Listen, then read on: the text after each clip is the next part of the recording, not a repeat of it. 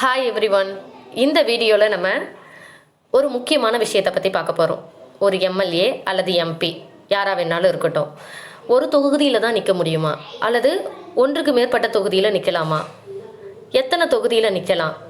ஒருவேளை இப்போ 2 தொகுதியில் நிற்கிறாங்க அப்படின்னா ரெண்டுத்துலேயும் அவங்க வெற்றி பெற்றால் அவங்க வெற்றி பெற்றால் என்ன நடக்கும்?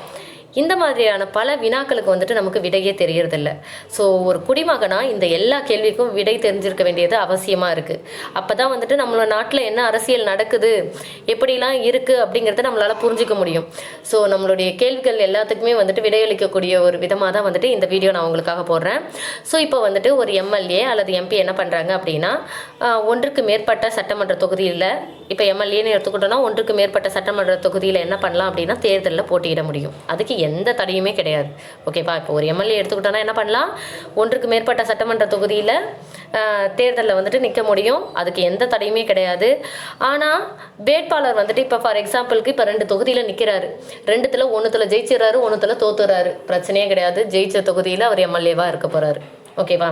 சப்போஸ் அவர் 2 தொகுதியிலையுமே ஜெயிச்சிடுறாரு, சப்போஸ் அவர் 2 தொகுதியிலையுமே ஜெயிச்சிடறாரு, அப்போ என்ன நடக்கும்? 2 தொகுதியிலையுமே அவர் எம்எல்ஏவாக இருக்க முடியுமா அப்படின்னு கேட்டோன்னா முடியாது.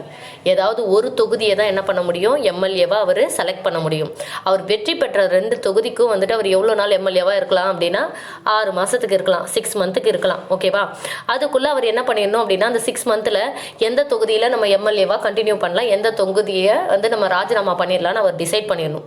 ஏதாவது ஒரு தொகுதி, அவர் 3-4 தொகுதியில் ஜெயிச்சிருந்தாலும் கூட ஒரு தொகுதி அவருடைய விருப்ப தொகுதி எதையாவது ஒன்றுத்தை சூஸ் பண்ணி அங்கே அவர் எம்எல்ஏவாக இருக்கலாம். மற்ற தொகுதியிலேருந்து அவர் என்ன பண்ணிடணும் அப்படின்னா ராஜினாமா பண்ணிடணும். என்ன பண்ணணும்? ராஜினாமா பண்ணிடணும். சப்போஸ் ராஜினாமா பண்ணிடுறாரு, ஓகேவா? இப்போ ஒரு தொகுதியை சூஸ் பண்ணிடுறாரு, மற்ற தொகுதியை என்ன பண்ணிடுறாரு, ராஜினாமா பண்ணிடுறாரு. அப்போ அங்கே யார் எம்எல்ஏவாக இருப்பா அப்படிங்கிற ஒரு கொஸ்டின் நமக்குள்ளே வரும். ஸோ அப்போ மற்ற தொகுதியில் என்ன நடக்கும் அப்படின்னா திரும்ப பை எலெக்ஷன் நடக்கும். ஸோ இவர் என்ன பண்ணலாம் அப்படின்னா, இவர் ஒரு யாரையாவது என்ன பண்ணலாம், இடைத்தேர்தலில் பிரதிநிதித்துவப்படுத்தலாம். ஒரு பிரதிநிதியை என்ன பண்ணலாம், இவர் கொண்டு வரலாம். இவர் அவங்கள முன்னுரிமை கொடுக்கலாம். ஓகேவா? நான் இருந்த இடத்துல இப்போ இவங்களுக்கு ஓட் போடலாம் அப்படிங்கிற மாதிரி என்ன பண்ணலாம், ஒரு முன்னுரிமை கொடுக்கலாம், பிரதிநிதித்துவப்படுத்த முடியும். ஓகேவா? ஸோ அப்போ எம்எல்ஏவாக 2க்கு மேற்பட்ட தொகுதியில் 6 மாத காலத்துக்கு தான் இருக்கலாம். வின் பண்ணாலும் அந்த 6 மாதத்துக்குள்ளே டிசைட் பண்ணி ஒரு தொகுதியை சூஸ் பண்ணிவிட்டு மீதி தொகுதியில் என்ன பண்ணணும், ராஜினாமா செய்யணும். இது மாதிரி நிறைய பேர் இப்போ ஃபார் எக்ஸாம்பிளுக்கு பார்த்தோம் அப்படின்னா எம்எல்ஏவுக்கும் இதுதான், எம்பிக்கும் இதுதான். இப்போ ஃபார் எக்ஸாம்பிளுக்கு பார்த்தோம்னா 1957 அடல் பிஹாரி வாஜ்பாய் பார்த்தோன்னா லக்னோ, பால்ராம்பூர், மதுரா அப்படின்ட்டு உத்தரப்பிரதேஷில் 3 பிளேஸ்லேயும் என்ன பண்ணார், போட்டியிட்டார். ஓகேவா? ஸோ அதே மாதிரி ராகுல் காந்தியும் வயநாடு, அமேதி இந்த இடத்துல என்ன பண்ணார், 2019 போட்டியிட்டார். ஸோ ஒன்றுக்கு மேற்பட்ட தொகுதியில் போட்டியிடுறாங்க. ஆனால் ஒன்றுத்துல தான் ஜெயிச்சு என்ன பண்ண முடியும், அவங்க அந்த பதவியில் இருக்க முடியும். ஆனால் இதனால் என்ன ப்ராப்ளம் அப்படின்னா, இது நிறைய ரிசோர்ஸஸ் நமக்கு லாஸ் ஆகுது. வேஸ்ட் ஆஃப் ரிசோர்ஸஸ், எனர்ஜி ஆகட்டும், பணம் ஆகட்டும், எல்லாமே வேஸ்ட்டு. பை எலெக்ஷன் வச்சா அதுக்கும் செலவாகுது இல்லையா, அதுக்கும் நேரத்தை ஒதுக்கிடுறதா இருக்கு இல்லையா, மேன் பவர் தேவைப்படுது இல்லையா. ஸோ இது எல்லாமே வேஸ்ட்டாக இருக்குது. ஸோ எலெக்ஷன் கமிஷன் என்ன பண்ணுறாங்க அப்படின்னா இதை பரிந்துரைக்கிறாங்க. ஒரு வேட்பாளர் ஒரு தொகுதியில் தான் நிற்கணும் அப்படிங்கிறத பரிந்துரைக்கிறாங்க.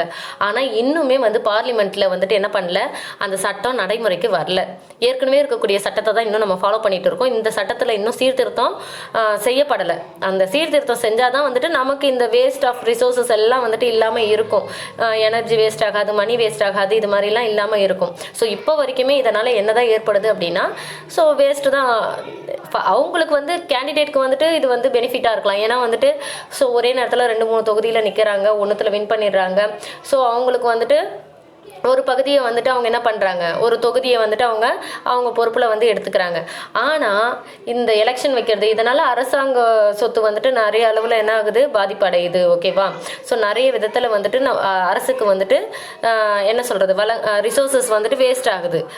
மணி, எனர்ஜி எல்லாமே வேஸ்ட் ஆகுது. ஓகேவா?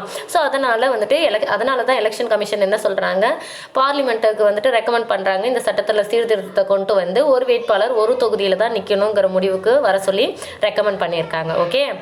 ஸோ இப்போ உங்களுக்கு தெளிவாயிட்டீங்களா?